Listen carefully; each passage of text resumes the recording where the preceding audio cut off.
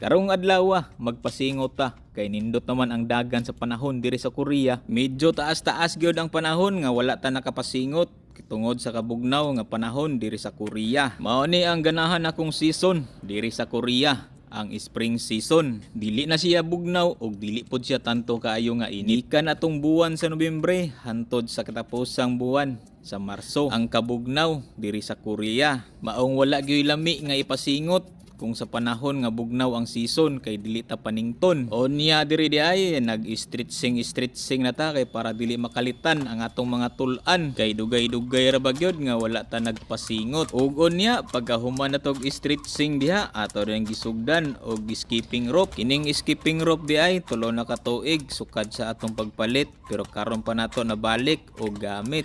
Og sa mga nahibulong di ay labi na sa mga bag-ong nakapalo o nasaag diri sa atong Facebook page kung ano nga kamaota mo skipping rope. Ni agi detag professional boxing og duha ka tuig katong diha pa ta sa Pilipinas katong wala pa tay plano nga nanarbaho diri sa South Korea. Ang skipping rope di ay mao ni sa ikaduhang sesyon nga pagabuhaton sa panahon nga magpractice og boxing. Kay ang una stretching unya ikaduha mao na ni siya ang skipping rope. Ong di jud ko makalimot kining klase nga trabaho maunay ginaingon nga experience is the base of knowledge.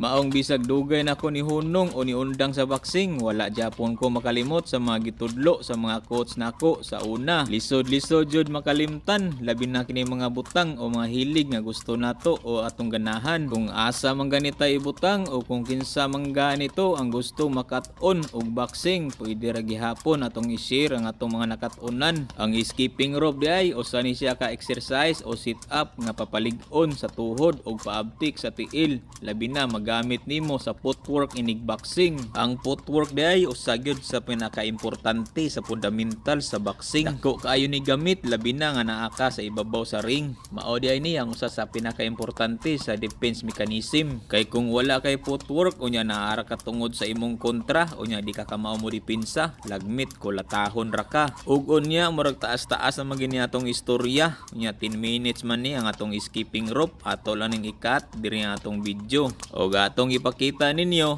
ang atong porma sa boxing shadow. Ang boxing shadow di ay mo ni say sunod nga pagabuhaton ini kahuman nimo og skipping rope. Mao gini say program kung magpractice ka og boxing.